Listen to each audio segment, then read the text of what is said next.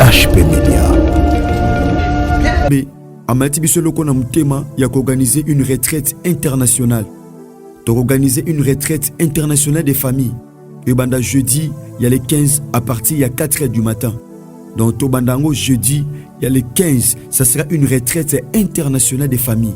Donc on réaliser to sambe la pona ba vie na biso, pe pona ba famille. Eza mukumbo nzamba pesi biso to me ba famille na présence na ye na bojali. Banzambe lobi soko tambu na ko banga nzambe. Pe obombi mibeko na ye akope HP Media. Frère, ezana batumiso ko réaliser a otambula. Azolia, azomela, mais na makanisa batu sa kundama. Na makanisa batu na penser à batu sa kundama. Yamba kundono mbangute. Je me dire à quelqu'un ce matin, ne bien dépendre de la Aérozolanda biso, mon frère, ma soeur. Ba kundona mbangute parce qu'il y a un Dieu qui passera par ton chemin.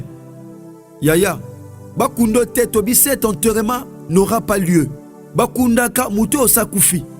O baleliye, ate baleli mutu mikole bele, suka nga koti na mabele. Totanga qui livre. Il y a Luc chapitre 7, Tobandaki na verset 11. Tomona qui comment une maman veuve mobali azate atikale kana mwana moko bande ko sale sengo na ye. Veva naïn ateko naïn la kisi habitation topé de HP Media. La chaîne qui vous édifie.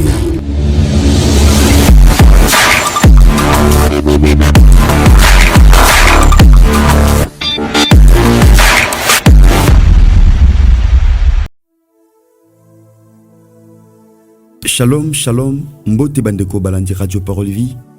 Mes beaux amis partout à travers le monde entier. Tika Yesu Christ en Nazareth, Nzamba solo pe abomoy, asalam nongolo pe bolam. Nabi que beaux amis partout dans les 4 coins du monde. Bozelaka avec impatience émission Nabino Parole Vie. Une émission à caractère évangélique animée par votre humble frère, le frère Herbie Retibisiamu, mon tatananga Jean-Paul Meta de la foi. Bandekonanga, je l'ai toujours dit, émission Oyo Parole Vie est un objectif moko. Yakome mami tema batu et pas nzambe tata.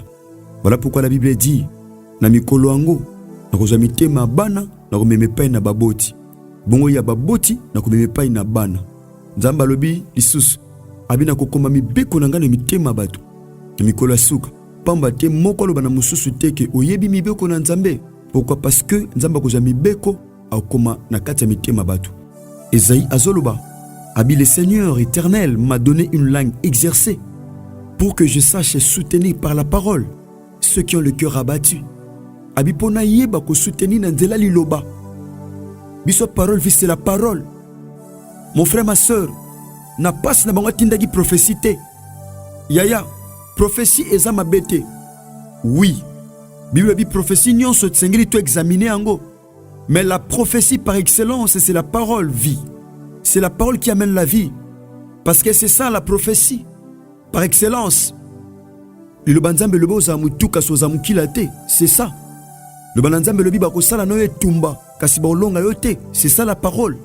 Le banzambe le bisoko tambu na ko banga nzambe, pe obombi mibeko na ye, akopesa o supériorité. C'est ça la parole pure. Merci bien-aimé, tu l'as te présenter m'excuse. Suite ya balea o tokuta nango mokolo alobi par la grâce de Dieu, tondi manzamba sali biso ngolu lelo. Atako technique parfait tungisa biso. Yaya, mais to bundaka par la grâce de Dieu pona to ça l'émission ou eza mission o nzamba pesa biso. Ko ça l'émission Parole Vie, ce n'est pas facile de tolobaka avec tant de sacrifices, mais to bundaki par la grâce de Dieu, yango lelo tozo servir bino. Tonga te pesa communiquer moko eza très important pour nabiso. Mes chers bien-aimés, tant on a semble la même attitude à jeune. Nzambe amati biso loko na mutema ya organiser une retraite internationale. To organiser une retraite internationale des familles. Et banda jeudi, il y a les 15 à partir il y a 4h du matin. Donc Tobandango jeudi, il y a les 15, ça sera une retraite internationale des familles. Donc to réaliser to semble la pona ba vie na biso, pe pona ba famille. Eza mukumbo nzamba pesi biso to même ba famille na présence na ye, na bojali na ye, pamba taza nzamba solo pe abomoy. Lobi wana na pesa ki communiquer mon frère ma soeur que sur lingo zonga pasteur Herbie Yaya au komelanga na numéro ya plus 243 89 670 76 01. Voilà numéro okozwanga directement na kati ya Parole Vie. Peut opesa numéro ya ingénieur Chris Kundenga, ya zo gérer numéro oyo ya Parole Vie. Ezali plus 243 75 70 917. Merci chers auditeurs, tous en la continuité à message autobandaki lundi par la grâce de Dieu. Au Mama Likambu tobandaki zali, cet enterrement n'aura pas lieu. Bakukundo te mon frère, bakukundo te ma soeur. Mon frère, ezana batumiso ko réaliser a otambula. Azolia, azomela, mais na makanisa batu sa kundama. Na makanisa batu na penser à batu sa kundama. Ya bakundo no mbangute. Je me dire à quelqu'un ce matin, ne dépend de la Erozolanda biso mon frère, ma soeur.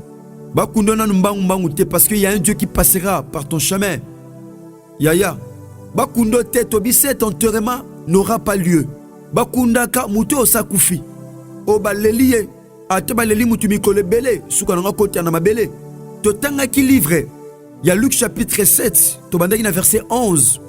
Tomona ki comment une maman veuve mobali azate atikale kana mwana moko bande ko sale sengo na ye. Veva naïn. Ateko naïn la kisi habitation topé délicieux. Mais maman abika ki sengo naïn te. Abika ki tokwa naïn te. Et sengo ya maman oyo ezaki mwana mobali oyo. C'est jeune homme. Mais mwana mobali oyo ko arrivé ka kufi. Ezana batu belelo ko sala force à vie na eza ko kufa. Ezana batu belelo ko réaliser eloko oyo koki ko faire avancer eza ko kufa. Eloko oyo ko fongola vie na ye eza ko kufa. Mais je ne sais pas mon frère ma soeur. Lokola mutu akufaki balelie bachena kata cercueil. Destination cimetière pour baki okundaye. Pendant que je parle ezana batu belelo bachena cercueil pour baki okunda. Ezana misale belelo bachongo na cercueil. Ezana ba santé batu belelo bachongo na cercueil. Ezana ba finance batu belelo bachena cercueil. Nana chavino na cercueil mon frère. Mamoyo aleli yaya mais souka na muté mesuki. Pourquoi? Parce que moi nana bande ko sale sengo na ye. La seule personne qui faisait sa joie, elle était déjà partie. L'homme de Souka na verset 13 parce que l'homme de bandagi na verset 11 de Souka na verset 13 et Père Bibi lui dit le Seigneur l'ayant vu fut émis de compassion pour elle et lui dit ne pleure pas. J'aime la parole. Je l'ai toujours dit, cher bien-aimé, je suis le prédicateur de la bonne nouvelle. Mon frère, ma soeur, j'aimerais dire à quelqu'un qui me suit en ce moment, ne pleure pas. Dieu me dit de te dire ne pleure pas. Abi Kolelate va prendre soin de toi. Kolelate ma soeur parce que l'ozo lukano nos huité. Kolelate mon frère parce que bungiselo comme tuya. Non, ne pleure pas. Il y a quelqu'un à côté de toi, on dit là. Yesu Massa Nazareth, c'est possible. Ça les cas confiance. Christ abisi moisio. Abi ne pleure pas. Cette maman, cette femme, cette veuve était pratiquement inconsolable. Pourquoi? Parce que sa joie était dans le cercueil. Parce que sa gloire était dans le cercueil. Parce que son assurance était dans le cercueil. Maman Léli, allez la coûter à Christ. Christ abisi kolelate. Yaya. Verset 14, la Bible dit. Il s'approcha et toucha le cercueil. Christ a poussani. Asimbi cercueil. Asimbi ka cercueil lobe lote. J'aimerais dire à quelqu'un, Christ a sa lobby o le late. Malinga simba cercueil a mutumoko. Obalinga baki okunda. Parfois balinga baki okunda santé. Parfois musala na yo. Parfois mukanda na yo. Parfois babotelo mukanda. Parfois makambezo simba te. Ozana mboka mo songo le bitumba pai. Ezana batu ba lukilo liwa. Mais Christ a simbi cercueil. Pourquoi? Christ avait compris que c'est un maman ou est un cercueil.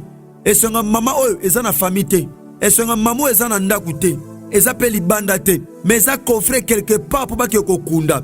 Christ avait compris. So ka maman ba kundi mwana na ye. Akoumela te kokufa. Parce que a otela be mubali azate. A ozo se suma kanisi be mwana azate. Maman a okufa. A okufa n'estomac. A okufa peine attention. Abi, je dois faire quelque chose pour cette femme, pour cette veuve. Abi, je dois faire quelque chose. Christ a simbi cercueil. A poussani. A simbi ka cercueil. Le bitango a simbi cercueil. Et qui les portait s'arrêtait. Et zan a battu mon frère oba mema yo ba ke rokunda yo. Le bi c'est qui le portait. Et il s'arrêtait. Tant Christ a simbi cercueil. A lebe lorote. Batu babende ko ke rokunda. Moanoy. Ndekoy fils unique blobi ba telemi elingolo bana tongwa lelo so Christ asimbi serke bolinga bake kokunda so asimbi serke ya vie na yo serke ya musala na yo ya gloire na yo ya esengo na yo bato bamemi mpo bakende kokunda bakotelema. Ah mon frère nzamba pambolo ma sœur mama olobi amen bato balinga bake kokunda Christ akotelemisa bango yaya libulu wana yaya bakoma te pa cimetière eza Christ akotelemisa bango pendant ke nazoloba atelemisa bato bake kokunda vie na yo atelemisa bato baluka ke kokunda libala na yo bato baluka ke kokunda bana na yo. Pendant que je parle, je l'ai toujours dit, je suis le prédicateur de la bonne nouvelle. Natiaka basi pe mibala kondima oyambili lobo comme étant la parole de Dieu omo lobo kwa nzambe otatoli nzamba zulo kumu Satana kufisa misoni nazo tiaka bato bazondima nazo ebiso mon frère ma sœur ndeko na ti ondeti na mono kasusa musika nanga nazo ebiso yaya bato balinga bake kokunda domaine na vie na yo yaya ba okundo te ba kuta na Christ a Christ otelemisa bango. La Bible dit Christ asimbi serkei bato ba memaki ba pombo ba memaki serkei bato makasi bato ba memaki serkei bakene kokunda babina mamo lela biso kuna toate toza mwana na yo toke kokunda ye batelemaki nengelesa mutumo yaya na tongwa lelo yaya ba okunda yo te ba otelema bato balinga bake kokunda musala no ba otelema bato bazoluka bakene kokunda vie na yo ba otelema bato bazoluka bake kokunda musala no ba otelema libala to pe fiancé no ba otelema bato azolinga okufa lobi musika ya bako telema. Pourquoi? Parce que muto atelemisi bango eza mokonzi eza maître du ciel et de la terre eza celui qui contrôle toutes les choses. Il est celui qui a la gestion des temps et des circonstances. Il est celui qui contrôle les événements. Il est le Dieu suprême et tout-puissant. Il est le Dieu vivant et véritable. J'aimerais dire à quelqu'un ce matin, mon frère, ma sœur, nazo yebisayo ba okunda yo te libala no ba okunda te misala no ba okunda te élévation no ba okunda te ata ba pomba bato ba memiango ata ba pesa déjà monga libulu ata si basala de ba kavo ata balinga ba chona kati ya sépulcre. J'aimerais dire à quelqu'un ce matin nazo te yo pona la musaka kondima na yo nengana rappelo na tongo lelo ndeko nanga ba kokundo ceux qui mokete nazo te bata kondima. Je suis le prédicateur de la bonne nouvelle na te kabasi pe mibali ya kondima ya yoka. Qu'est-ce qui s'était passé tangu Christ asimbi serke bato ba memaki serke pa keno kokunda ba telemi yaya. Il dit, jeune homme, je te le dis, lève-toi. Christ wanazo s'adresser na bato ba telemaki te azako s'adresser na muto azaki na kata cercueil dongo batong ba telemaki bazwaki cercueil ba déposer yango muto azuluka ke kokunda yo yaya akosarete po cercueil akitisango na se nazo ebisa muto akondima bakokunda yo te bakokundo te eloko anele isako yango te ko tcho mutu na se. Je déclare ce matin bakokitisa cercueil Christ alobi na mutu akufaki. Oh, je sais une chose, yaso mutu akufi aperdaka tous les 5 sens basens ino se kufaka mais Christ azako s'adresser na mutu aussi akufa oh basens ekufa. Je me dire à quelqu'un ce matin omoni basens ekufa na vie na yo basens esala asute libala na ekufa santé ne simba lisute cancer ela to na nzoto ba foi esimba lisute ba re problème yaya prostate comment na ba problème yaya tension epai pancréas et bébé. Je te dis ce matin, c'est possible Christ aloba quelque chose. C'est possible ce matin aloba quelque chose. Abi, je te le dis, lève-toi. Mutusi akufa, basansi ekufa, mais ayoka Christ. Nabi soki problème na yo, ezo yoka yote, ezo chao kate. Eyoka muto yo ndimela so maladie a vie na yo so ba problème a vie na yo ezo yokela yo te mon frère ma soeur mais ezo yokela muto yo ndimela pe muto yo ndimela azana bomoy. Il est assis à la droite du Père, il intercède en notre faveur. Il a un nom, il s'appelle Jésus-Christ de Nazareth. Merci cher bien-aimé dans le Seigneur.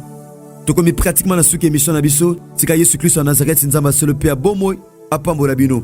Tonga to rappeler communiquer au topesi tobi reteto to banda jeudi à les 15, Tobanango na 4h du matin pour nous suivre sango samedi 17 nangonga 18h.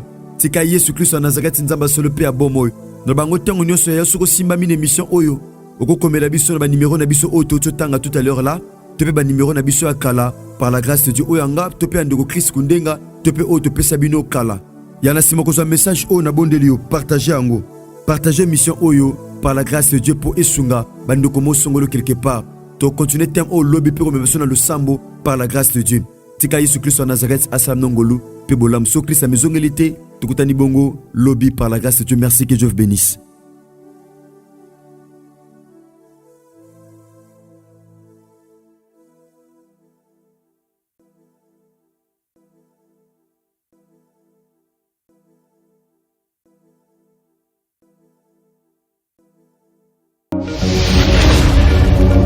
Loupé Média. La chaîne qui vous édifie.